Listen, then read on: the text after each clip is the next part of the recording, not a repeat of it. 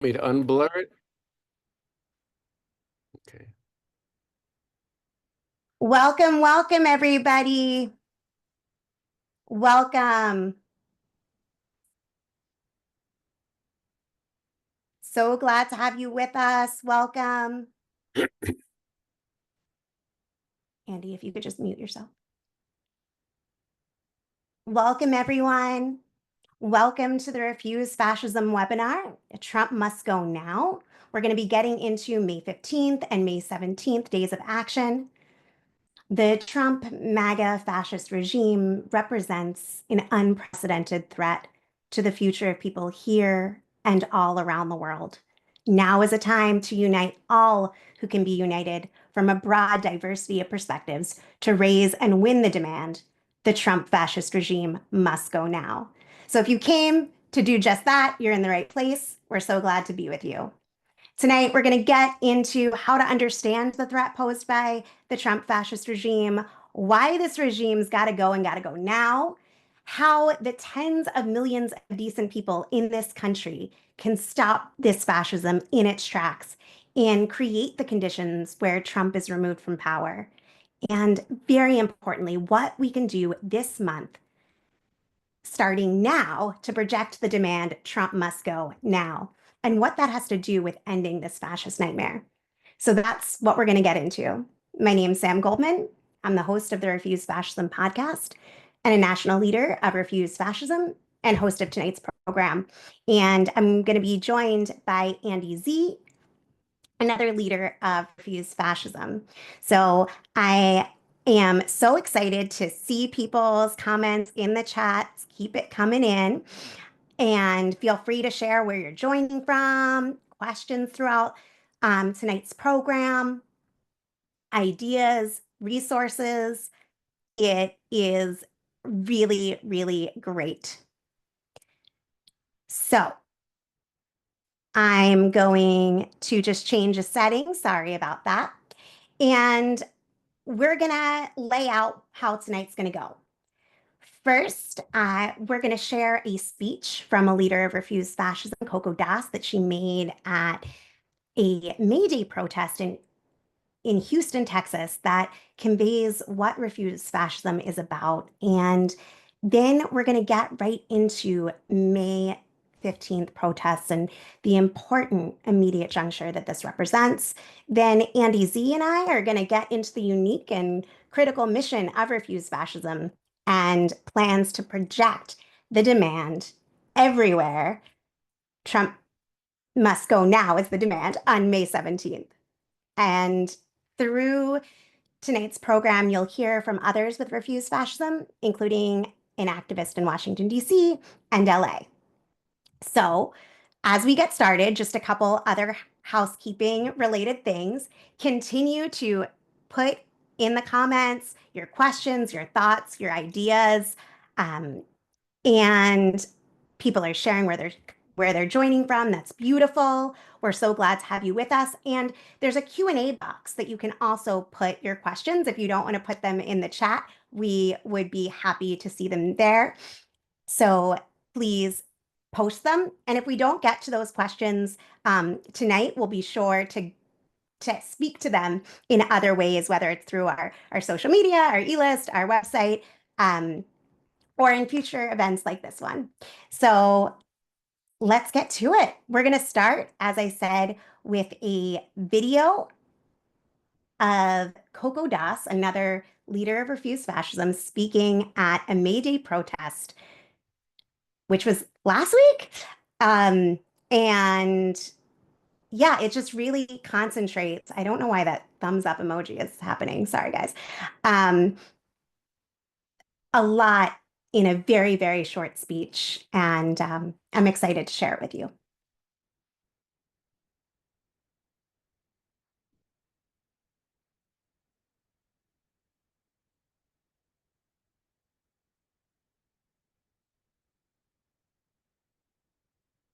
You feel after me. Trump must go now. Trump must go now.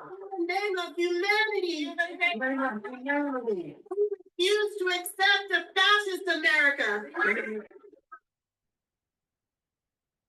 What we are facing is fascism, and I don't care if Donald Trump was elected, Hitler was elected, he came into power through the normal channels. Fascism is never legitimate, and it is our responsibility.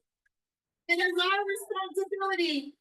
And actually, there is a force in this country that has the power to stop this regime before it consolidates its rule. Do you know what that force is? That's right.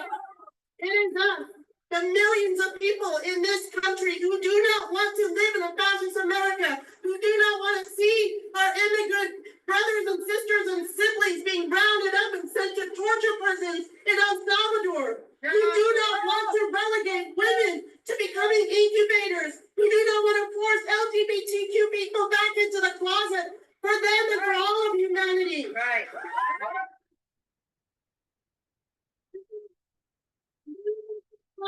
When we must rise up and act to stop the consolidation of Trump MAGA fascism. Fascism is a different form of rule in this country with devastating consequences for people here and around the world. It is radically oppressive and repressive, and fascism has direction and momentum.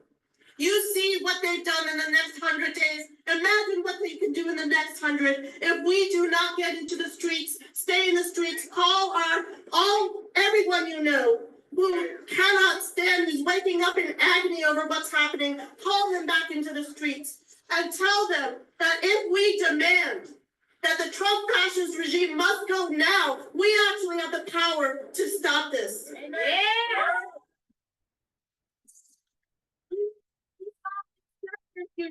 There can be no conciliation or collaboration between the world we want and the country they want. We have no common cause with MAGA fascism. And look, waiting for the next elections will be too late. We have the power now. We need to come back into the streets now. Millions of people from different perspectives in nonviolent, sustained protests, just like they did in South Korea. Yeah.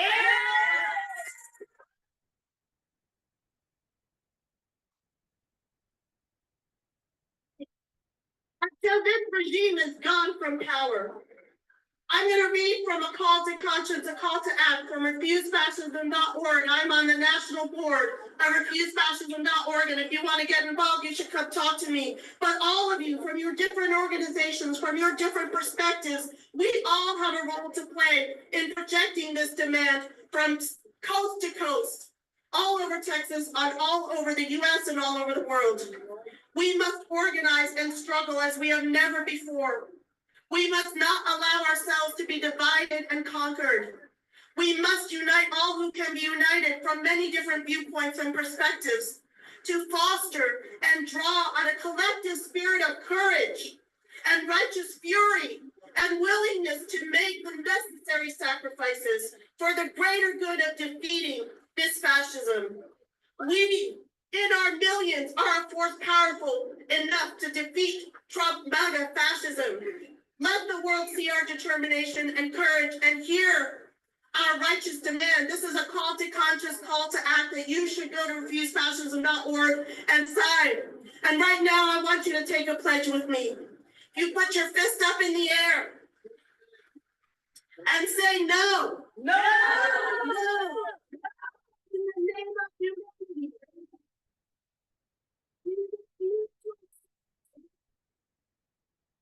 Fascist America.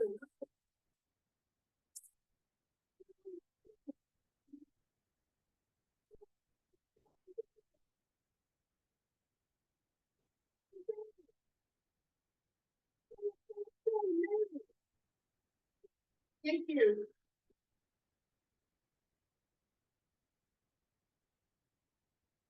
So that was a really powerful speech, and it emphasized the refuse fascism call to conscience, a call to act, which we'll talk about throughout tonight's program and encourage you to go and read it for yourself and add your name and amplify it.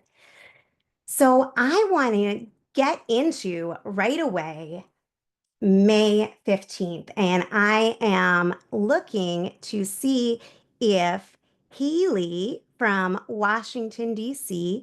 has joined the call to, yes. So I see you, Haley. I'm going to promote you to a panelist if you can accept that. All right. Haley, welcome. Hello, thanks. It's so good to be with you. Thanks Yeah. for joining us. Everyone, Haley is a organizer with Refuse Fascism DMV, Washington, D.C., right? Delaware, Maryland, Virginia, for those who might be confused. I wanted to start off by asking you, Haley, what is the protest that you're organizing on May 15th outside the Supreme Court of the United States, and why are you organizing it? Well, this is a protest about the case that is on whether it's on birthright citizenship. Technically, it's on whether the courts, whether federal judges in states could make rulings for the country, which is a standard thing that our country has been doing.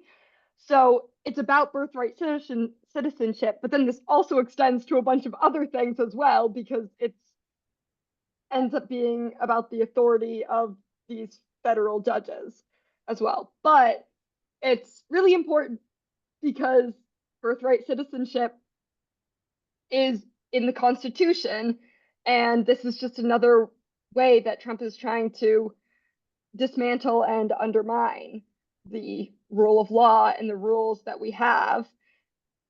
And so we are out there. We want to get out in the morning, both to secure an area because it's outside the Supreme Court and it's first come, first serve on spots, but also because we want to be seen by the people going in before all of this happens. We want to encourage the people fighting for birthright citizenship, and we want to make the people fighting against it maybe start to question things or have even a moment's hesitation. Um, yeah. Yeah. Thanks, Haley. Can you, what I wanted to do is I wanted to take a moment just to say a few more things that people may not know about in terms of the protest Yeah. at the US Supreme Court, what we're going to be demanding, and then ask you to tell a little bit more about the details of the protest and ways that people can be involved. Does that sound okay with you? Yeah. Okay, great. So for those who may or may not know, Refuse Fascism is calling for a protest at the US Supreme Court on May 15th at 9 a.m. May 15th is a Thursday, demanding hands-off birthright citizenship. In the name of humanity, we refuse to accept a fascist America. Trump must go now. For some background, Haley spoke to a lot of this. In the first days of Trump's rule, Trump issued an executive order stripping away the fundamental right to birthright citizenship in blatant violation of the US Constitution, causing anguish and agonizing danger for millions of immigrant and refugee families. Birthright citizenship means that every person born in the United States automatically becomes a citizen of the United States.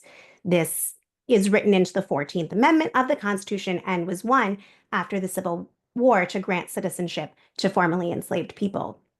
So on May 15th, the US Supreme Court is going to be hearing arguments on whether nationwide temporary injunctions blocking the implementation of Trump's order issued by federal judges in 3 states can remain in effect, legally constraining ICE from ripping apart families while the long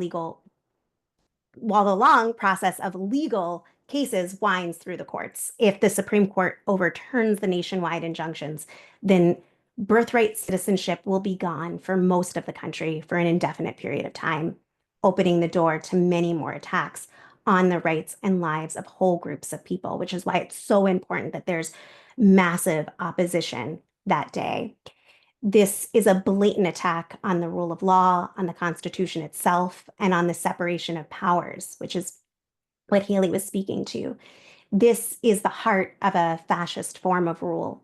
It's up to us, to the people, to say no in the name of humanity. We refuse to accept a fascist America. This is one of many reasons why Trump must go and must go now.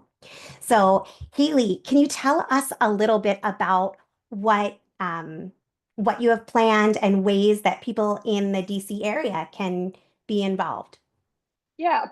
So we are going to get there early, at or before 8 a.m. to start setting up.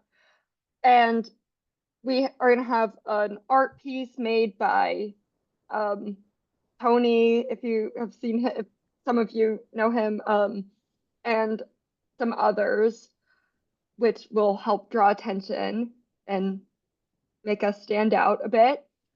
We'll also need a lot of volunteers for things like, crowd monitors. If anybody in the area or who can come has first aid training, that's going to be really important because it's going to be hot and things can happen.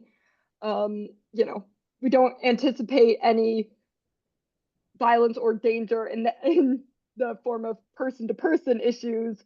That can always happen. But, someone could fall and hit their head. And so we really want to make sure we're prepared. So let us know. We will also need people to speak to the press, speak to the police, and people to go between other groups. So if anybody has experience with that or similar things, let us know. We'll also just need people to do things like carry the banner, help with general setup, chants, introduce speakers, and help hand out food and water. So there's some things that require more skill, I guess, and also a lot of things that anybody can just jump in and do.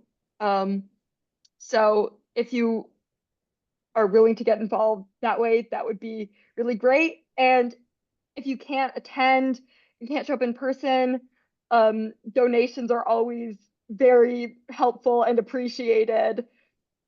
So if you want to help out but just can't make it to DC, a donation would be great. Thanks so much, Haley.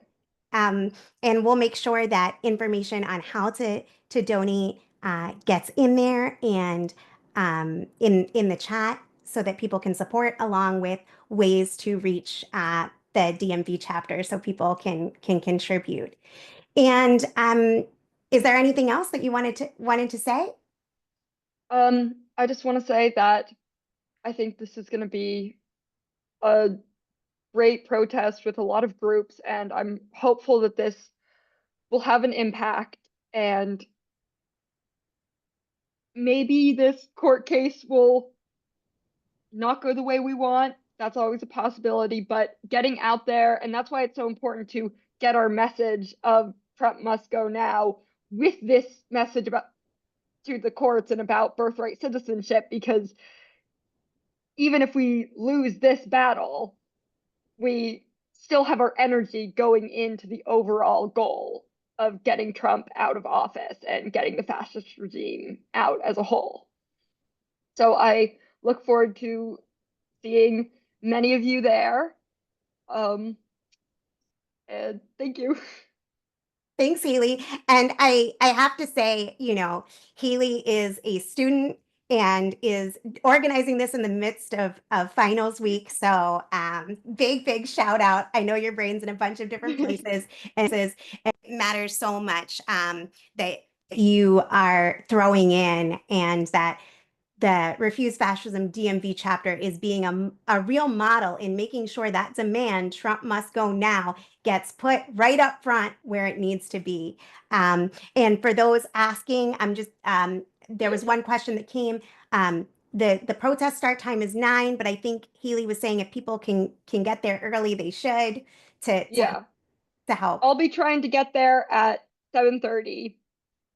That's an ask for myself, so it might end up being 8, but there will be people there by 8. So yeah, if you want to know what you can do specifically,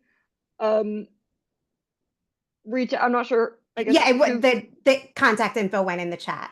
Okay, perfect. Yeah, reach out and we can get everyone organized. Great. Thank you so much. Thank you. So before we move on, I wanted to encourage everyone who is not in the DC area that there are still ways that you can be acting on that day.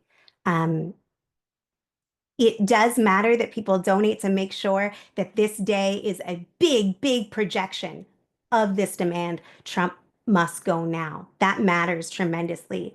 If you are someone who is connected to the legal community and wants to send a statement, for the protests, that would be a way to contribute. If you are connected with those who are in the DC area that are involved in the legal community there, law professors, this would be wonderful ways to contribute. And wherever you are, you can be part of spreading these demands. Wherever you are, it's a Thursday, it's a weekday, it's a great day to do a banner drop over a freeway. It's a great day to be going and putting out sticker days at high schools and whatnot. And for those who may have missed it, May 15th again is the day where the U.S. Supreme Court will hear arguments on whether nationwide temporary injunctions blocking Trump's order on doing away with birthright citizenship can remain in effect. This has big implications for the lives of millions of people. So with that, I wanted to welcome into the conversation Andy Z. Andy is a national leader of Refuse Fascism. He is a spokesperson for Revolution Books and a frequent host on the RNL Revolution Nothing Less show. Hey, Andy. How you doing, Sam? And I want to thank Haley for speaking about what's going to be happening in DC. And I did want to say a few more things about this juncture of this hearing at the Supreme Court. I think Haley described that it's going to be very important that people are at the court. Very important they're at the court because this is a fascist court. But it will make a difference in waking up, as I think Haley brought out, the whole country to what's actually at stake here, which really is nothing less than whether or not millions of people are recognized as human beings. We say, we said this on the RNL show, that if you treat anybody as illegal, then we're all illegal until you treat everybody as legal. And let's look at the cost of this. Besides the actual legality of it, which is actually the central thing here, this is demonizing a whole section of millions of people, who make the country run. And there was a movie a number of years ago. Look it up. A Day Without Mexicans. There's a tremendous human cost to this. In addition to that, the actual legality of this, Haley brought out that, one, in terms of precedent, that a district judge can rule something unconstitutional, which is supposed to be how the whole country the government is subordinate to, a constitution which sets out the rules of the game. And in the first days of his regime, Trump said, well, I'm not going to do that. I'm just going to get rid of birthright citizenship, which, as you both brought forward, it was a product of a war that which almost 700,000 people died to fight for the right that people who are born in the children, babies who are born in this country automatically become citizens. You strip that away, and you strip away the 14th Amendment, which is what gives that right, then what you have is fascism. The rule of law is gone. It's an arbitrary decision of the person who rules. So people should not underestimate the extent of this. And it's not just for protesting in DC. We need to get everybody from the East Coast and elsewhere into DC. And there should be hundreds and thousands of people in front of that courthouse. And you both spoke about legal people as people in the legal profession, judges, lawyers, the kind of people who came out on May 1st. But it also should be going throughout the country. There should be in the schools, people should be protesting. People should be wearing stickers. They could have the stickers that do demand, as Haley said, Trump must go now. And in the name of humanity, we refuse to accept the fascist America and hands off birthright citizenship. And maybe just we are all illegal, or no human being is illegal. These kinds of things should be going on, and there should be protests in Los Angeles, in San Francisco, in Santa Fe, in Houston, Texas, in El Paso. Everywhere people can protest. This has got to show that the people, the decent people of this country, are not going to stand for one section of people being demonized like this, and on the other hand, or at the same time, for the overturning of fundamental rights and the establishment essentially of a fascist regime, the further cementing into place of that. So I wanted to say that before we get into anything else, because it is emblematic of everything that this organization stands for. And it's really just, it is the right thing for Haley to be trying to do this while taking final exams. And I also appreciate personally the struggle of getting up that early in the morning. But a lot of people got to get up early in the morning. People in New York got to get up at 4 or 5 in the morning, get down to DC, but also find the ways here in the immigrant communities of New York City to make sure that everybody's eyes are on this. I just wanted to add that to this discussion. So important. And, there can be ways big and small where people can to the best of their ability next Thursday throw in to this from wherever they are, whether it be rush hour banners, whether it be stickering high schools, walkouts at high schools. All of it is important. All of it is needed, and there are resources in the chat for people to share, including the call for the protests and ways to sign up to post your actions that are happening in your city. But I want to step back for a moment.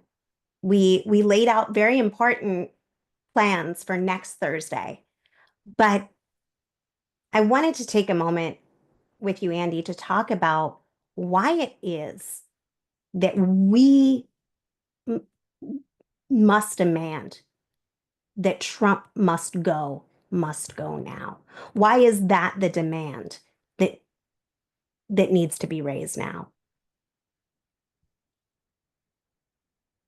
Well, besides the obvious that that's what needs to happen and that it reflects the aspirations of people, this slogan, as well as the slogan "in the name of humanity, we refuse to accept a fascist America," are very important. And they were an important part of the recent assemblies we had, which I hope some of the people, I see that some of the people on this webinar were at, but others who weren't.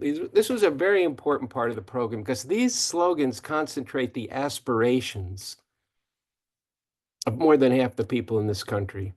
People who don't want to live in a fascist America. People who believe in fundamental rights to speech, to freedom of religion, to not be seized off the street arbitrarily, the right to a fair trial, the right to believe that there is a basic right for an education free from the coercion of the state. People who have a sense of the need for equality and justice for people here and around the world, even if many of these people don't always act consistently on that. These slogans, especially this first one, the Trump Fascist Regime must go now, draw a very sharp dividing line. First of all, with fascism. first of all, with fascism. But it also concentrates what the demand has to be. Must go now. In other words, we're not just fighting to reverse this Supreme Court or uphold the Supreme Court, the lower court's decisions. We're not just fighting around this right or this attack on the universities or on healthcare or on anything else. We're fighting around all of that. But in order to stop this, which is really what's called a juggernaut, which means an all-out assault on the entire fabric of the of how this country has been ruled, in order to go up against all that, this regime must go because they are flood, as they said, they are flooding the zone with a way to remake how this country is ruled. Now, you mentioned before that I'm a spokesperson for Revolution Books and a host of the RNL show. Those are both a revolutionary bookstore. We mean it. It's not an advertising slogan. It is about an actual revolution. And at that bookstore and on the show, we are advocates for the new communism developed by Bob Avakian. And this is a very liberatory development and going way beyond and in many ways different than the previous communist revolutions in the 20th century. Revolutions that were fundamentally liberatory, but had significant shortcomings. This is something that very soon, since Sarah Taylor and I are going to be doing a webinar on that. But in terms of refuse fascism, I'm mentioning this because a lot of the development of the essential understanding of how it is that we could actually force this regime to go comes from analysis made by Bob Avakian of the fact that what we are facing in fascism is fundamentally a different form of rule of this system, a different form of rule that does not deal with constitutions and following rules and due process and the right to dissent and all of this, but it's a rule by the executive, which really means the fascist dictator, in this case Trump, in which everything is arbitrary. And you can see that in him, and it always confuses the media. Well, he said this and he said that, and all this kind of stuff. But it's an arbitrary rule that is extremely oppressive and repressive beyond which has been the normal way the system has worked for large sections of the people in this country, speaking particularly of minorities, immigrants, Native Americans, LGBTQ people, and women for that matter. And so I think this is a qualitative change in the way this system has been ruled. And it's going to have, we're going to get into this a bit more when we talk about how it is that we can actually defeat this. But this slogan, must go, is decisive and clear that anything short of that will be insufficient. And now has to do with the fact that it has to be now, because very soon this could get consolidated. We don't know how long, but when it gets consolidated, then we're not going to be having these kinds of webinars, or it might be very difficult to have them. So that's something people need to grasp. And then just very briefly on in the name of humanity is very important, because this is about the people of the world. This is about not just us. This is about the climate not being despoiled so that they actually can be future generations of humanity. This is about the danger of war and the oppression of whole countries, and for that matter, the genocide in Gaza, which, yes, started under the Democrats, but has gone on steroids under Trump. This is about all of that. And so it's in the name of humanity. We refuse to accept a fascist America. And there's a very broad dividing line that almost anybody with any decency and integrity could get behind. If you're asking somebody like myself, I think part of the problems is in the roots of this country itself. But the slogan is not "We refuse America." The slogan is "We refuse to accept a fascist America," which should bring in those people who believe that in the and I've spoken to many of them, particularly over the last couple of weeks, who believe deeply if this country would apply the U.S. Constitution, it would be a good thing. And we can argue about that. But right now, we can, under this slogan, in the name of humanity, we refuse to accept a fascist America, we can agree that none of us want that. So it's very important See, this is different than other slogans of people who we really need to and want to and are trying very hard to unite with, who are saying things like hands off this and hands off that. We agree with all of that, but we're trying to lift that up to see the actual problem, and that the actual solution will not be getting ourselves organized for 2026, because it might be way too late for that. And there's other reasons as well, but I don't want to keep going on right now about this. But this is because we'll get into it further.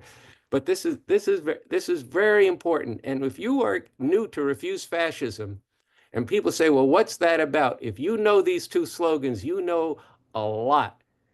And you can draw a very sharp dividing line for people in which they can go out and unite lots of other people around. And you're not being restricted to one issue. You're not being confined within a very particular view of supporting this candidate or that candidate, but in fact are saying the bottom line here is we refuse to accept this, and it's got to go now.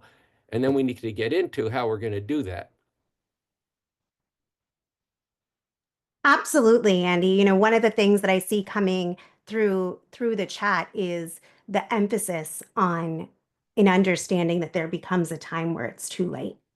And I think that it's extremely important that we recognize that time is running out to stop this fascism before it consolidates. What that means is before it crushes and disappears its opposition, before it silences and terrorizes others into submission. And also before it becomes completely normalized, which can happen before it's consolidated.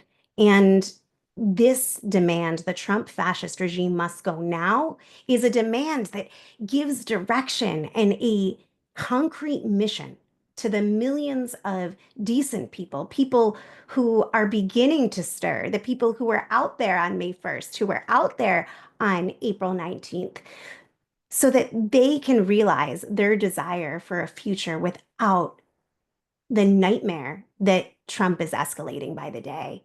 And it gives a really clear alternative and clarification to the deadly misdirection of waiting for some future election that Trump doesn't feel bound by, or relying on the courts or some other institution to stop Trump MAGA fascism. So I just wanted to add that into the conversation. And one of the things that Sam, could we just go back to one thing here? I see in the comments somebody's raising the question of would it, and we'll get into this more in a second because I think that's where you're probably going, but asking the question of what about no King's Day on June 14th, and what about a general strike? And I just want to say about this that first off, the June 14th is a very important day. There's going to be we'll talk about that a little bit later on. We certainly Refuse Fascism should be out in the streets on that day, mobilizing people, relating to the No King's Day protests, being part of them where we can form coalition, all this kind of stuff, and it's an unbelievable spectacle of outrage and fascism that Trump, like Mussolini and Hitler, is going to have a military parade on his birthday, which is also the formation of the U.S. Army. This is outrageous, but we should be debating things like, not debating, but maybe, well, yeah, debating, but discussing things like a general strike, which actually the former Labor Secretary under Clinton has suggested we do, along with other groups. We should be discussing the idea of a civic uprising in civil society, which is something that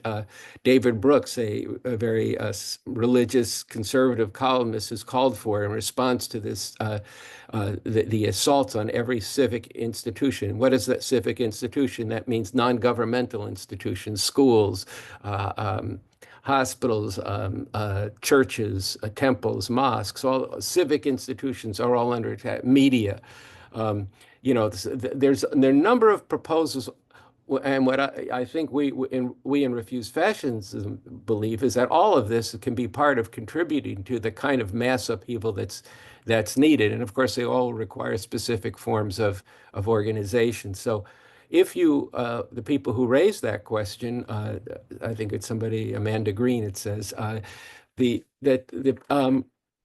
is stuff that we actually have to talk about and figure out how we relate to it. And it's part of the picture. It may or may not be the main thing. I tend to think that if we just go with one tactic, we're not going to be able to succeed in the way we could if we do all kinds of things and see how one thing snowballs into the other. But what we're doing right now is pulling back the lens to see what it is that we face. What stand do we have to take to it? What are we not going to compromise on? Which is the regime must be dismantled through getting rid of Trump and delegitimized totally through mass movement of people in the streets in numbering in the millions. So I just wanted to bring that in now because it seems to be relevant towards what people are talking about right now. So, but go ahead with what you Yeah, were. no, thanks for that, Andy. I think also that it speaks to the question, and I think we were talking about this earlier, you and I, about, the need to, yes, remove Trump from power, but do so in a way in which the fascist regime is being repudiated, not um, not Trump. It makes a difference whether people are understanding and acting on the understanding that the Trump regime is a fascist regime, that it's not Trump, um, the greedy maniac. It's not Trump the clown. It's not Trump the idiot. All of those things have partial truths to them, right? But the essence is that this is a fascist regime.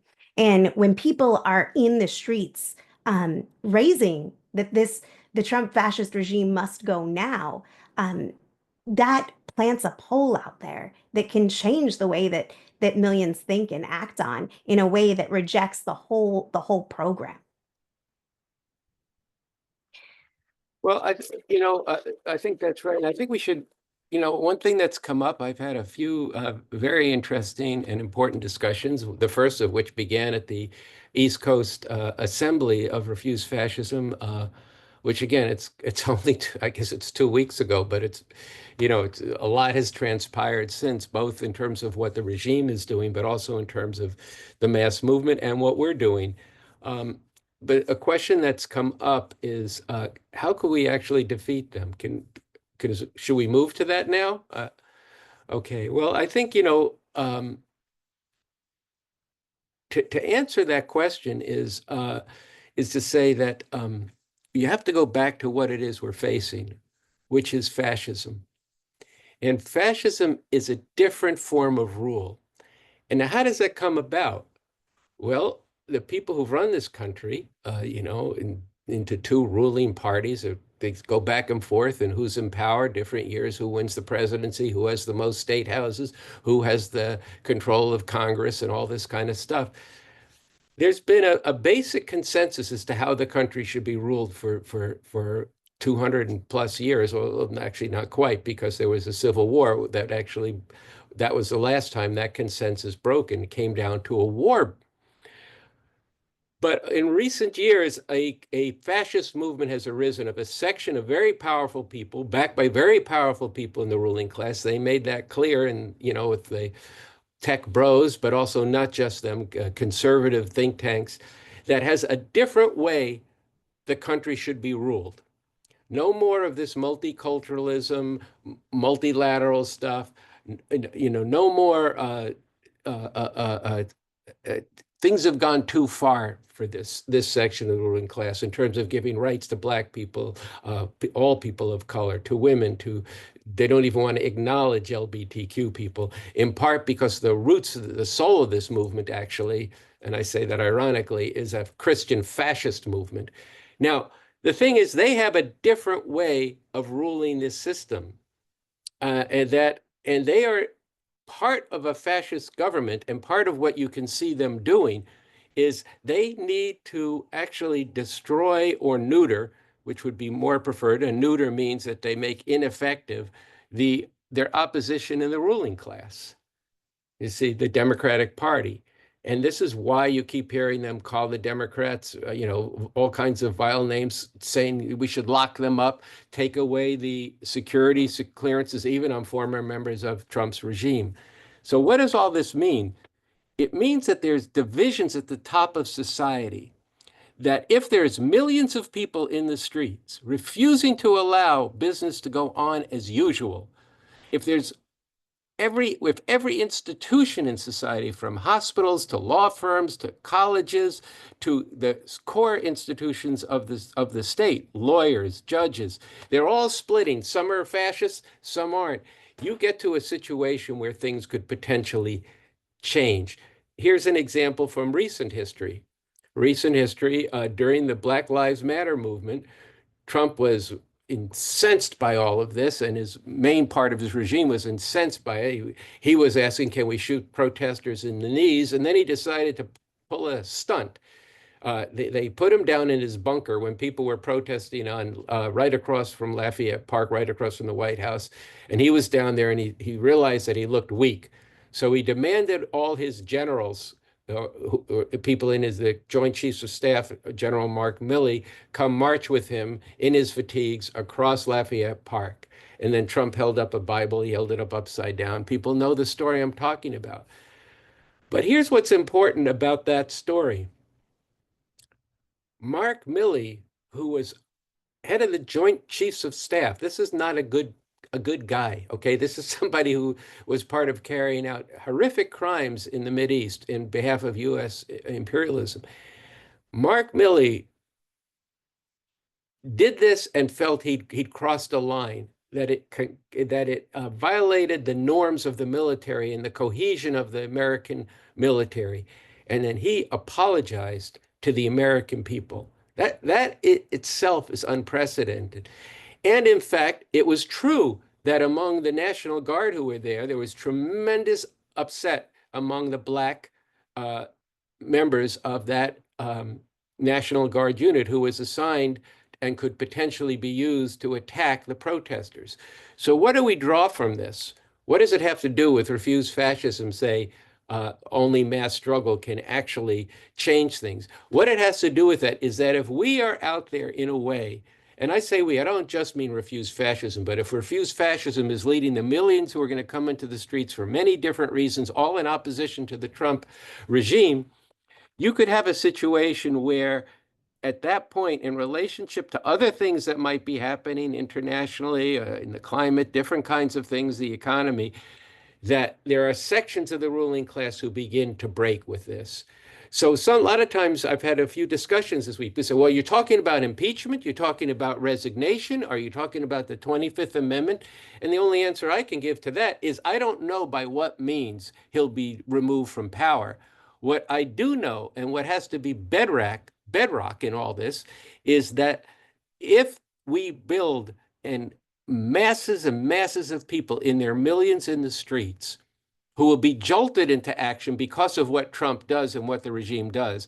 And if they are led to have this demand, Trump must go now. We refuse to accept a fascist America. You could see increasing splits in every institution. Maybe this time they'll call out a National Guard and the National Guard unit say, we're not going. Okay, they call out different institutions. The judges say, we're not ruling on this bullshit anymore. Fuck you, we're not doing it. You see, things can actually change, and because there's the dynamism that comes up at the top of society, that right now the Democrats will not fight this the way it needs to be fought because they are more concerned with maintaining the normal way this system has functioned, which Trump is ignoring and shredding. And I give the one example there, Chuck Schumer, who would, but the whole party.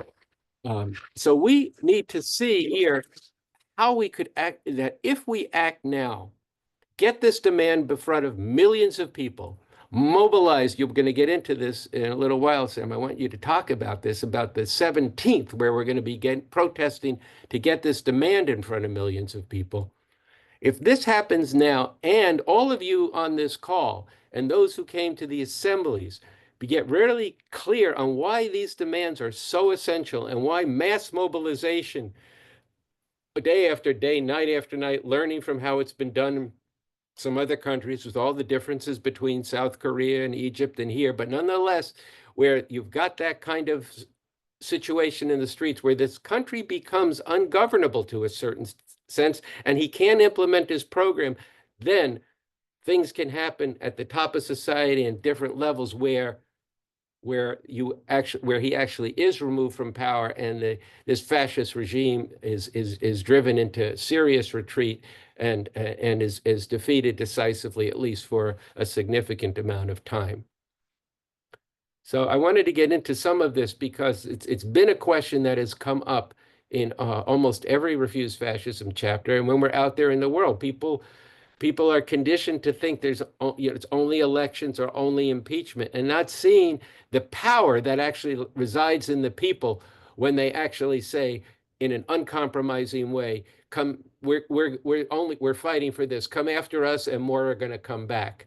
That's the secret to all of this. That's how the civil rights movement, frankly, was fought. That's how they came at people in that generation, and people came back stronger each time, to the point where at a certain point the government said we got to, in combination with other things going on in the world, they said, okay, we got to cut our losses and get out of Vietnam.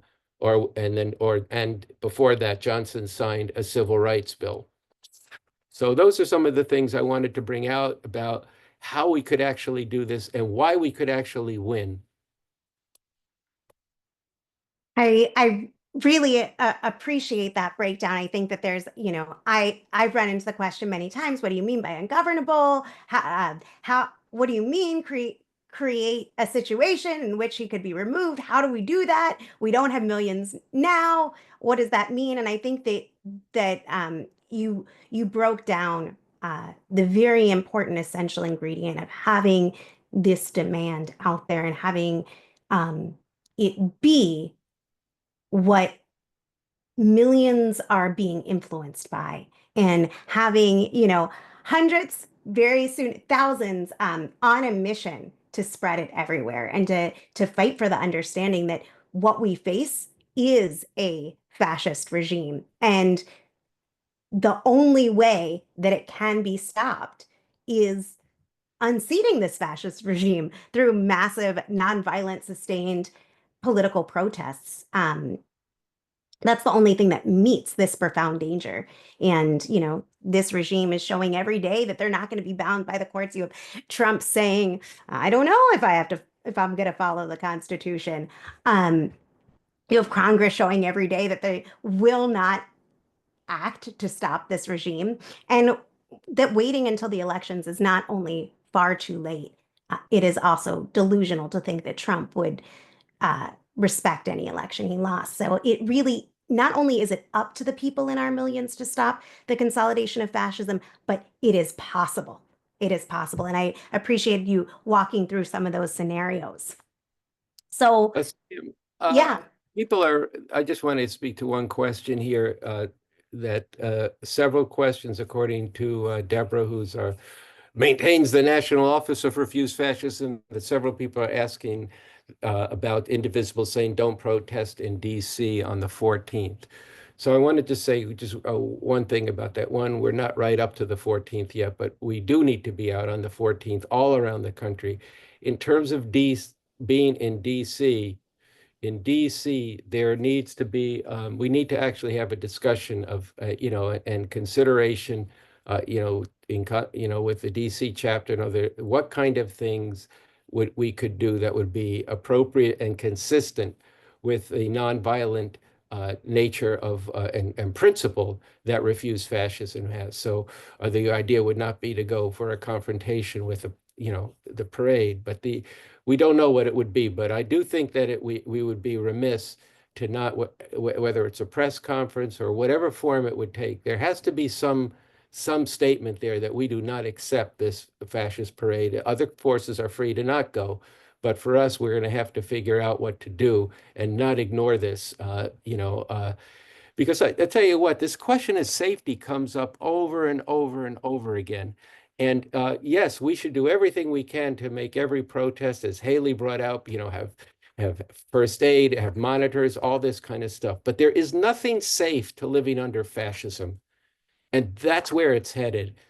And I don't want anybody to have any illusions or delusions that this is going to be, a kumbaya, which is an old song. We're just going to waltz our way to defeating a fascist regime. They have a lot at stake.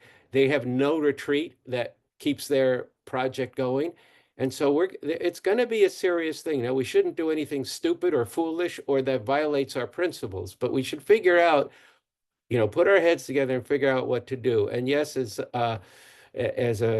somebody who I spoke to earlier this week put in the comments, yes, we are going to need to be doing things like nonviolent civil disobedience. I'm not speaking here of the 14th, but that needs to be part of a movement of resistance, a movement that's actually saying no to this fascist regime. So there's a need for that, but it can't be a replacement for ultimately and decisively bringing millions of people into the streets. And again, they'll mainly be brought there by what Trump and the regime does to people, but they have to be able to be led and led to be able to find the ways to do this day after day, night after night, and into every institution. So I just wanted to bring out, there's a lot of good ideas in the comments. They're going very fast. I'm trying to keep up with them, but and speak to them as we go, because there's too many people for everybody to speak. But I did want to speak to some things that came up. Also, one other comment here. Haley makes a comment that there were people who went and gave ICE a hard time, it seems to me, when they were trying to detain people. I just saw some pictures from, I think it was either Kentucky or Tennessee, where the same thing happened. I don't know if in either case people were able to succeed in that at this time, but that is the kind of thing that has to happen in a nonviolent way to actually bring the masses of people out and pull people off the buses and not open the door and stand in front of them, block them from doing what they're intending to do. They ran into a farm upstate New York today and pulled people out, including union organizers. This has to be resisted, and has to be resisted now.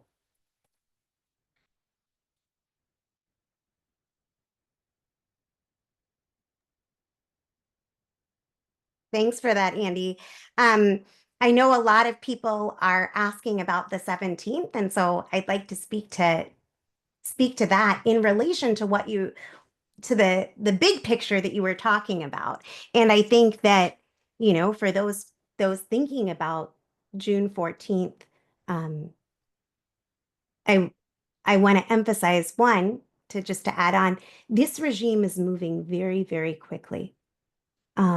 What they have already done, should shocks the conscience of anybody with a heart for humanity, right?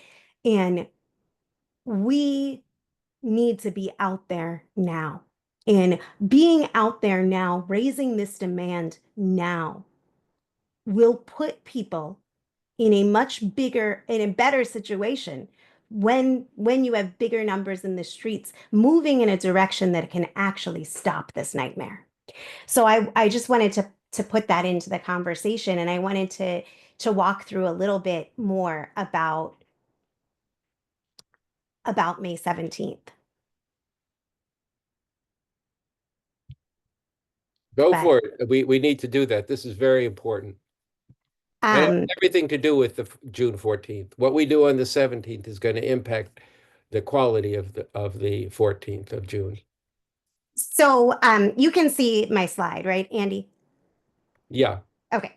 So I want to talk a little bit about Saturday, May 17th, and then I want to bring in an organizer in LA to talk a little bit about ways that they've been spreading the demand to help inspire the rest of us. And I think there's a lot that we can learn from. And what is Saturday, May 17th? Somebody asked. It's a national day of protest to declare the Trump fascist regime must go now. And I want to say right from the top that you can find protests or register your protests at refusefascism.org. You're going to click May Actions, and you'll be able to sign up your protest or sign up for a protest that's already planned.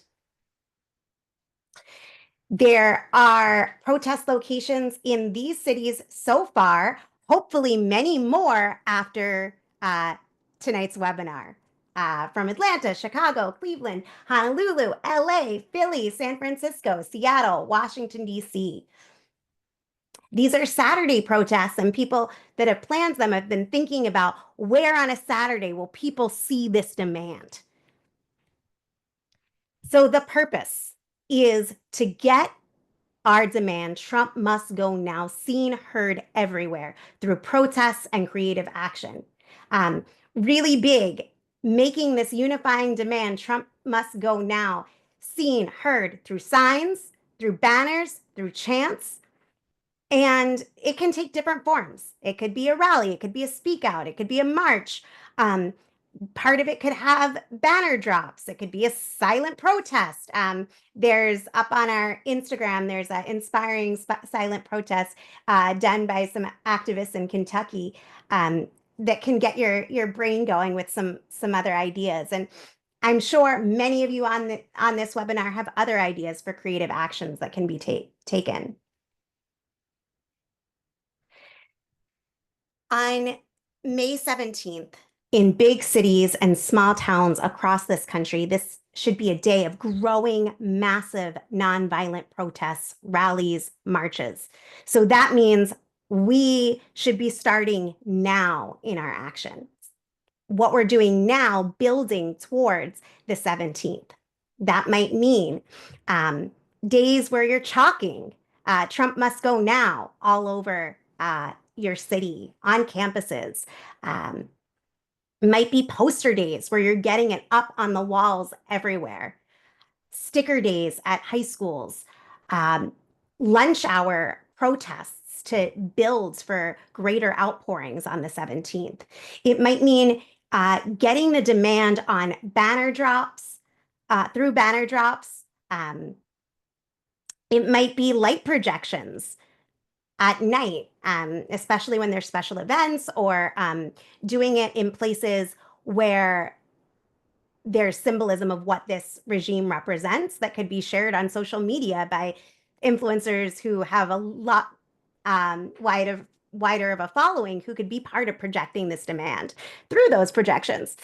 It could be art installations. It could be getting people of prominence raising this demand, getting them, to say Trump must go now on stage, having people sign the call to conscience, the call to act as part of building for it.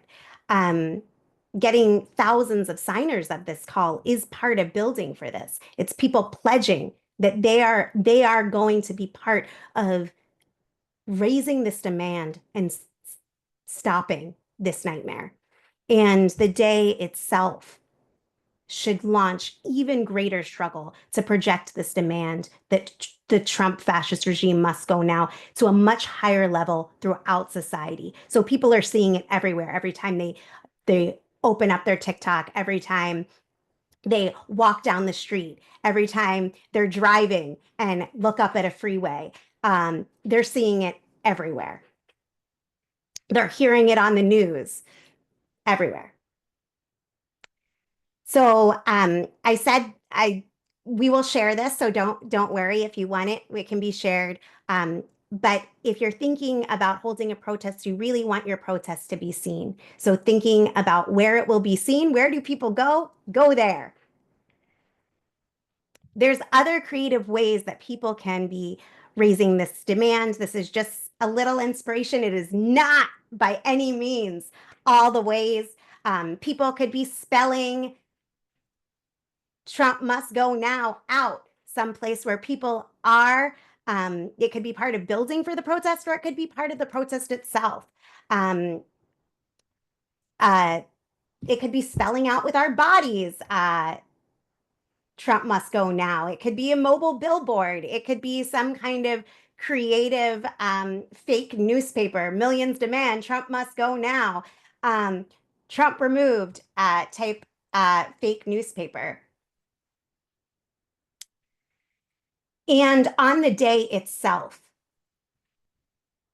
think about how this demand is projected through your protest to reach beyond the people that come to the protest.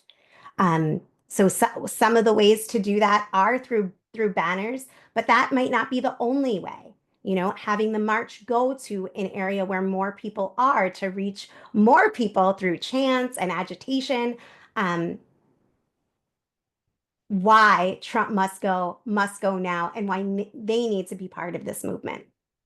There's I need to be very visual with our demand, and you can find materials at refusefascism.org. You can create materials, having art parties beforehand to create banners. I know this is something that many areas have done and can be a great way to build community. These are just some of the resources that you can find on the website that you can utilize, and you can make your own.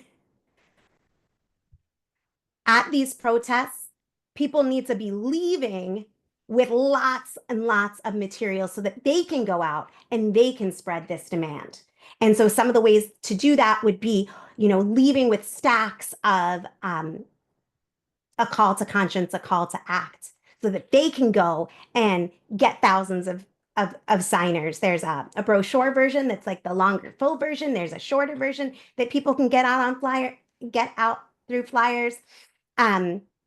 Leaving with stacks of stickers to spread these demands everywhere.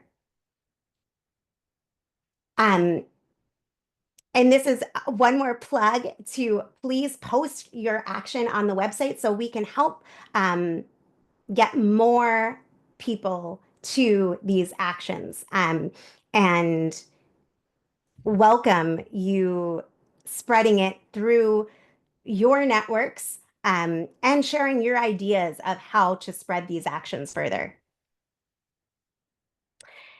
During these protests, a plug to make sure that you get good footage so that we can spread this even greater throughout society. Having people film, you know, this is a great way, you know, videographers, photographers, artists want to help. This is a great way for people to be involved. And fundraising should be part of all these protests so that we can get this demand out much, much further. Think billboards, think mobile billboards, think social media advertising, think protests. Protests themselves cost big money. We want to have millions in this movement. We need big, big funds. And so I know today that we have a donor that's willing to match up to $500, which we're so grateful for. So I encourage everybody to give as much as they can today to support making May 17th as powerful as it can be in spreading this demand and going further from there.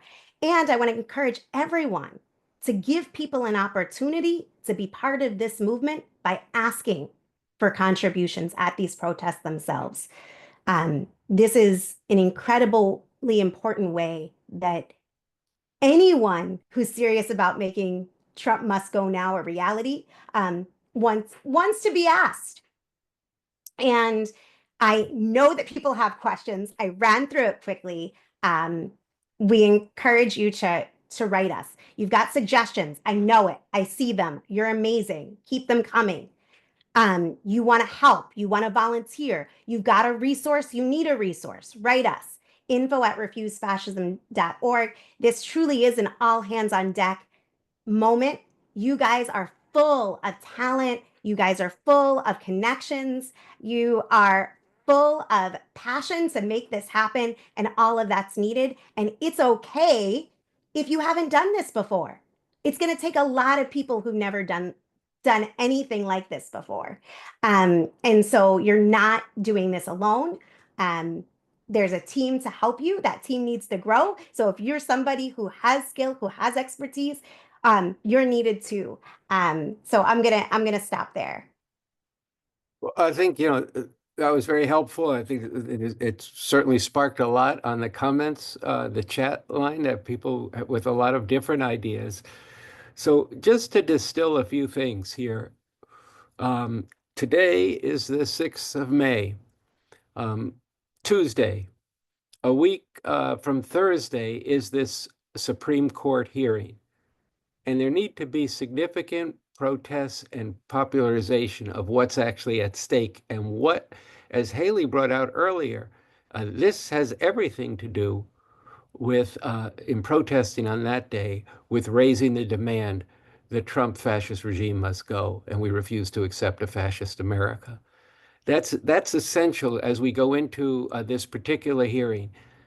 And I think it's very important that people get to Washington. Now, we do want protests all around the country. I think it's great that people have responded to Indivisible's calls in the past, and 1,300 cities, 1,000 cities and towns. That's fantastic.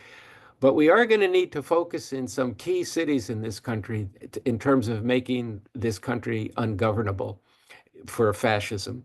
And so this is going to require, people's thinking about this is required. I've had a very important meeting with somebody who came to the conference here, and we were talking a little bit about the importance of New York and particularly Washington, but also the role of the greater Los Angeles area, including there's a big port there that could become a focal point, and there's a port also in Oakland, and then there's Chicago. So there's a lot of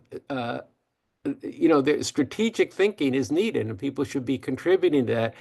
And in Refuse Fascism, in the leadership, we are going to be expanding the leadership, but also we need to have a vision that we have this thing on the 15th. Then on the 17th, our objective,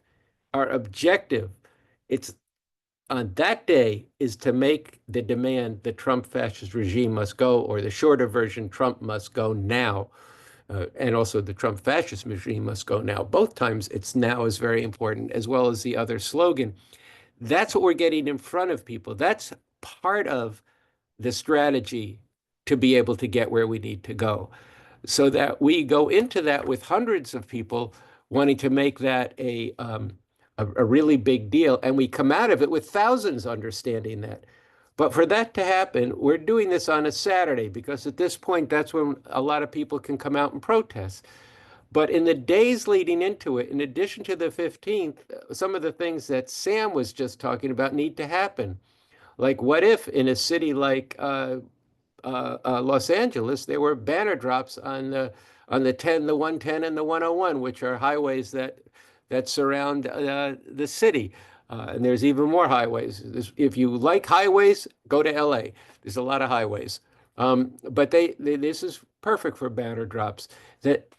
So that going into the day, what if you had a banner day, a sticker day in a high school, and people all the kids put stickers on their packs and then walked out and had a noontime rally about this. And then they came on the weekend, and then next week they did more things. And coming off of these conferences, we should get these demands everywhere. Now you're into the end of May, going into the weekend of Memorial Day, and you're only 2 weeks out from the 14th.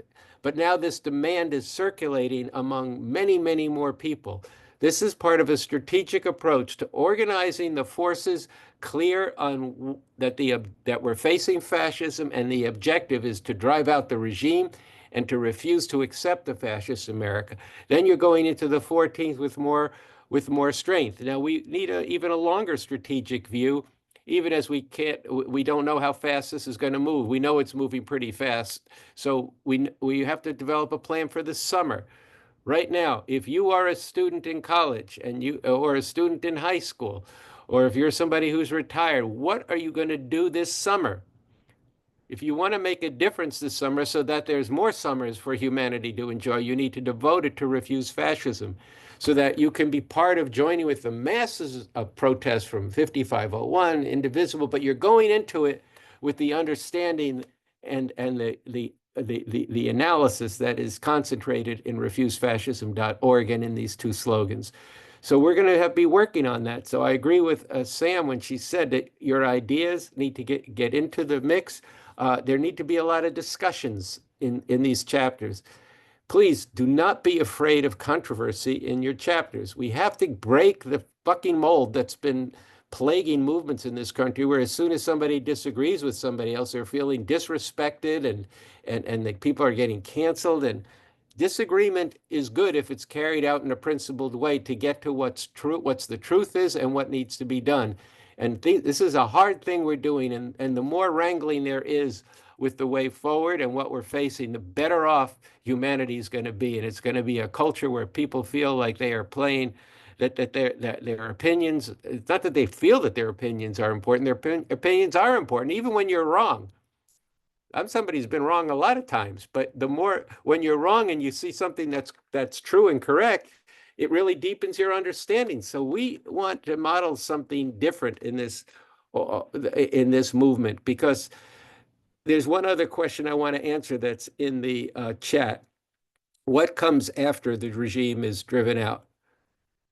Well, there's a lot of possibilities there, and that too is something that should be discussed and talked about, not instead of building the movement, but in the course of building the movement. That should be the great fun and joy of a movement like this. You're out all day, you're organizing protests, you're talking to people, and then at night you're going out and or going for a cup of coffee, going for dinner, cooking dinner, in whatever form, and you're talking about what could really be. How could we actually live like human beings? I have, as a follower of Baba Vakian, a very clear understanding of what the potential of humanity is and how we could have a radically different society. But other people have different ideas. So let's talk about that. But in order to get to any better future, we have to stop this fascism and drive this regime out. So very simply, we have a really big 2 weeks here to put these demands in front of millions, and we have 2 weeks in which we're going to grow this organization, and it needs to be geometric, not just adding a few people here and there, but putting our arms around a whole lot of people, being able to be okay with a lot of different ideas contending. But if you zero in on the slogans, that can forge the broad unity that will go in the right direction. Thanks so much, Andy. I wanted to update folks. Thanks to everybody who has been donating. I need to make a correction. It is 1,500 in matching donations, not 500. So appreciate those who are contributing already, and there's some really great ideas in the chat. We're going to pull some of those out to share in the future, including ways to make your banner seen really well, ways to fundraise. There's some really great resources in the chat. So thank you everyone for contributing your ideas and actively contributing. I wanted to bring in some organizers. I don't know if it's going to be one person or two people in LA who can share about projecting this demand, Trump must go now, and doing some outreach that I think will be helpful to others. I'm wondering, Amina, if you can come on. Hi. Hi. Hi, we're here together. Oh, great.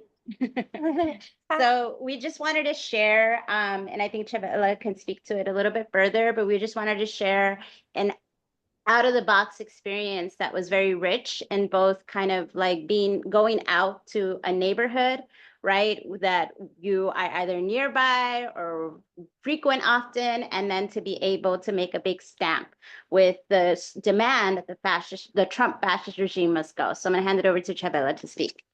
Hi, everybody. It's Chavela. I'm here in LA, and I've been with Refuse Fascism for a couple of months now, and we put together a protest actually in a kind of different area. A lot of people I know focus more on going to City Hall or like those types of areas, but I had kind of a thought to do it more in an area that was heavily populated by community. And the reason I say that is because I actually started kind of another type of action before this, where I was personally going on my own around my community, and I made these flyers kind of in a way of making a promise with each other of they weren't going to let ICE into their establishments, and we were going to keep them safe as well and keep their businesses promoted by letting people know in the community, like, these are safe places for you to be because they're with us in this fight and they stand with us in these times. And so once I started doing that, I was thinking to myself, you know, we need to go speak to our communities. This isn't the time to talk about the weather. This isn't the time to have conversations about small chat. We need to be talking about what we're going to do to get Trump out of office. This is the time to have those conversations with our neighbors in our community. And a big way I was able to really reach people, especially people that were kind of, you know, looking the other way or keeping a blind eye, was by talking on my own experience and my own, you know, situation, because a lot of people didn't know, you know, my like situation and my status and all of that. So like a lot of people were unaware in my community that I was even affected that way. And because they have obviously like a love for me as a person, I think it was another way to reach people and for them to look into their own heart and be like, oh my God, my own neighbor is affected in this way. Like, I didn't know it was that close to home for me, you know? And so it started opening up people's minds in different ways that maybe weren't so, even people that weren't so open before. So then when we went to Melrose as a group, we went and I was like, okay, we're going to go into the trading post, which is kind of like a flea market situation. And we're going to do like a banner drop and we're going to do an agitation. So we went in, we were really respectful about it because, you know, obviously this is my community. I don't want to disrespect anyone, but we went in, we did the banner drop. We were really peaceful. We were really mindful. And actually, because we acted the way that we acted and because we were so strategic about it, when they were kicking us out, they literally were like saying like, oh my God, we're so sorry we have to kick you out. Like, it's just like, we can't allow this stuff in here, but thank you for being so respectful and so kind. And the musician whose stage we entered and took over her stage, she was playing background piano for us. Like, she was like part of the show, you know, like people were really into it. And then when we were on the streets, we made it a point to not only like obviously do agitations and be doing like passing out information, but we went and we had conversations one-on-one with people. And I sent people down the streets in different groups and smaller groups to have these conversations. And we ran into some people who were Trump supporters and stuff, and even had some conversations with them, and were even able to have conversations with people like that. It was shocking to run into them, and it was a little scary, to be honest, for sure. But it gave us these opportunities to confront people head on and with love and with positivity and what our whole message is, you know, of humanity. So I think that that's one of those things where it's like you have to kind of sometimes think strategically and differently and really reach out to your own community first too, because that's so accessible. You know, we think about these big actions that impact the world every day, but what we can start with is the stuff that we can do in our day-to-day lives, how we treat people, how we treat each other, our neighbors. All the people around us are the people we should be reaching out to every day and first. And so we went with a very loud sound system, and we played music, and we like chanted, and we stopped in different, you know, places that had already seen the demand. Yeah. And then, you know, people were coming up to us, were signing up, and including, my understanding is that even somebody sent in $100 donation to the national office saying, thank you. Yeah. This is an anonymous donor. You know, we were so thankful for the action that happened in Melrose. So it was like outsized kind of even to what we were immediately, you know, the people we were trying to reach. And it's reverberating, and including, you know, kind of this being a particular area and location from which to go back to going into the 17th. But obviously this is just as an example of like, you know, even with, you know, kind of a determined crew and a lot of imagination to have like a big outsized impact. So that's what we want to share. Yeah. And also, a thing that I also want to speak on is art has always been a huge part of any revolution. And I think it's such a crucial time to call on our artist community to join us and help us in these times, because creativity is one of the biggest things that is a fear of fascism. Like, being able to be creative and inventive in these times is so important. So we need our creative community right now more than ever to come help us think of new imaginative ways to reach people and talk to people and just like create things that help you open people's eyes in different ways and put our message everywhere. Thank you both so much. This was a great example of what we can do and ways to spread this demand really creatively and powerfully. So thank you so much, LA. That was great. And I want to second that point on we should be talking to artists, Hmm. those who are busking on the streets and as well as those who are playing arenas. If we can get to them, try to get to them, and they should be hearing from the people. This is a time to be speaking out. I just want to speak about one other issue which we've not talked about, on a webinar like this before. But I hope most people here know and are just outraged and shaken to their core on the genocide that is going on in Gaza, that is now about to take a new leap, where the Israelis have, I'm sure with the blessing of the Trump regime, have amassed on the border, have announced, their finance minister has announced, we're no longer afraid of occupation. We're going to take the whole thing, not contradicted by Netanyahu, or Nazi, as we like to call him. And it's true that this genocide began under the Biden-Harris regime, but it's also it's going to a whole other place, or the continuation and a total genocide, a total Nakba, of the removal of the Palestinians under this fascist regime. And I think it's important to recognize that, and including that the deportations that, such as beginning with Mahmoud Khalil, have been for people who spoke out around Palestine, and it's very fascist moves have been taken against them. Just snatching people off in the middle of the night, or right, the woman from Tufts, unmarked car vans pulling people off for speech. So here again is another amendment, the First Amendment.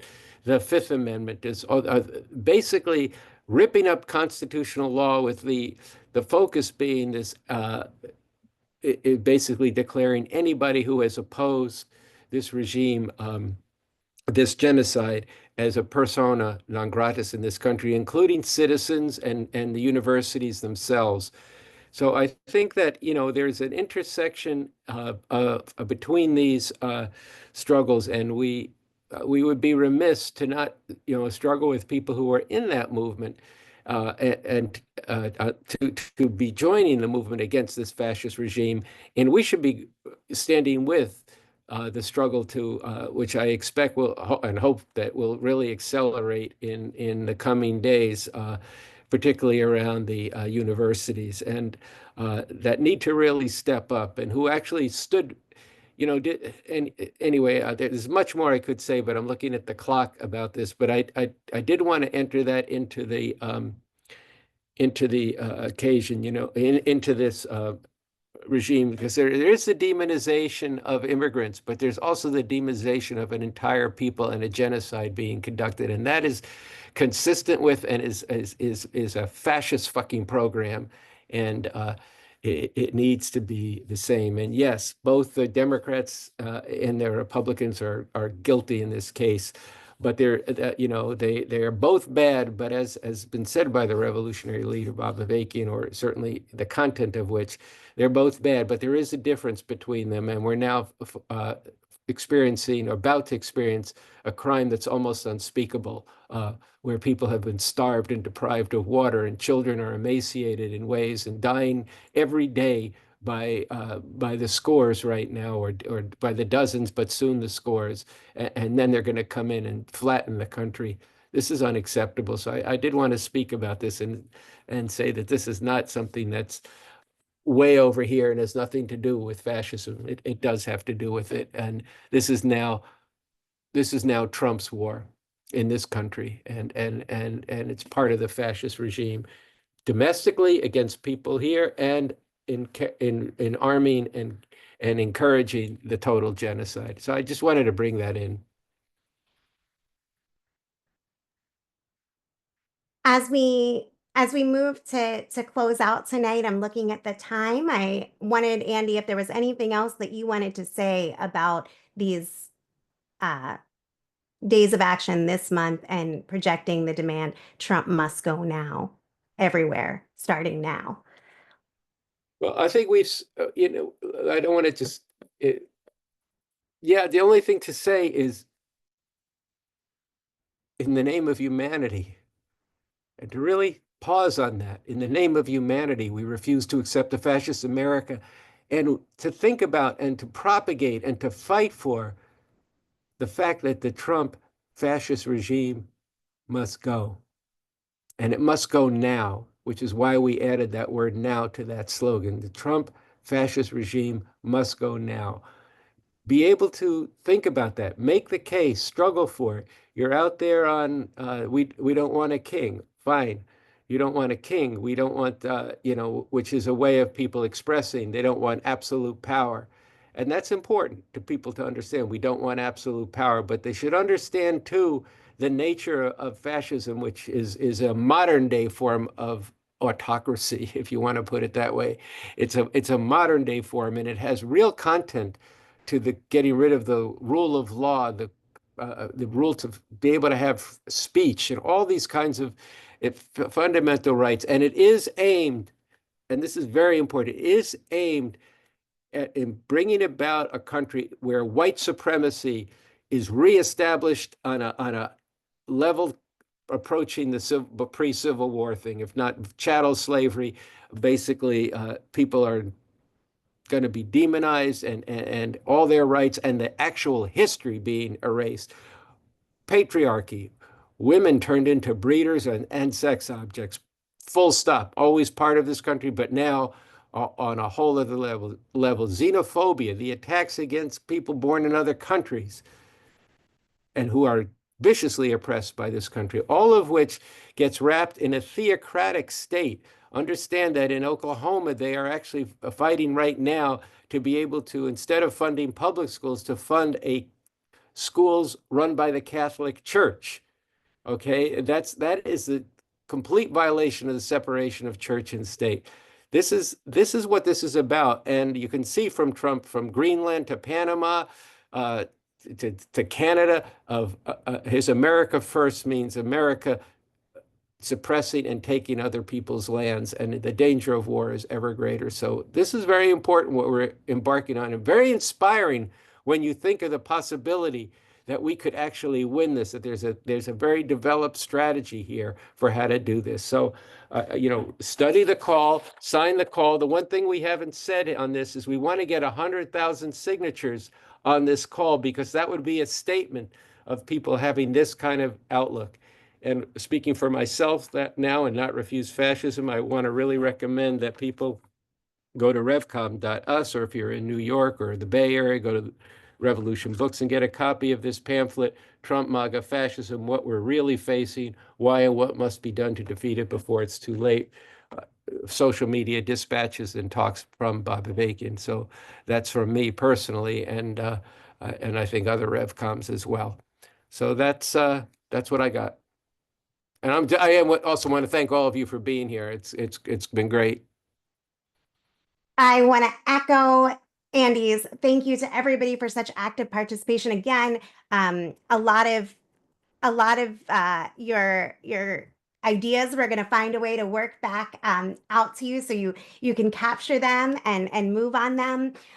Really rich insights and ideas.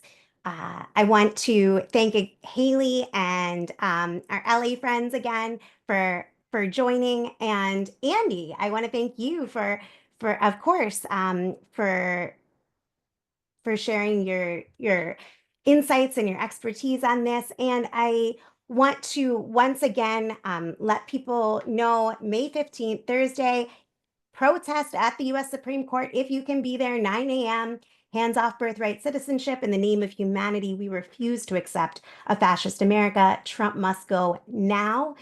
You can sign up for your own different protests. If you can't be at the Supreme Court, you can go to refusefascism.org to do that. And while you're there, be sure to sign up your action or find actions for May 17th, Saturday, May 17th, the National Day to protest to project the demands everywhere. The Trump fascist regime must go now. And I would be remiss if I didn't say this. We're almost at our match. We're very close, just a couple hundred away. So push us over, make a contribution, ask friends, family, neighbors, and we'll be sending more out. If this was your first Refuse Fascism event, welcome, and we will make sure to connect with you. Yes, to someone who said we have a graphic, yes, and we'll be making sure to post and share those things so that all of you organizing events have it. And We do have a graphic, but we need more graphic designers. So if you are one, volunteer now, let us know. Absolutely. And a plug for people who are organizers, chapters. Be sure you're going to be hearing from Deborah with some great new volunteers and signups off of tonight. So be sure to reach out to those people right away. And with that, I want to say good night. In the name of humanity, we refuse to accept a fascist America. Trump must go now. Good night.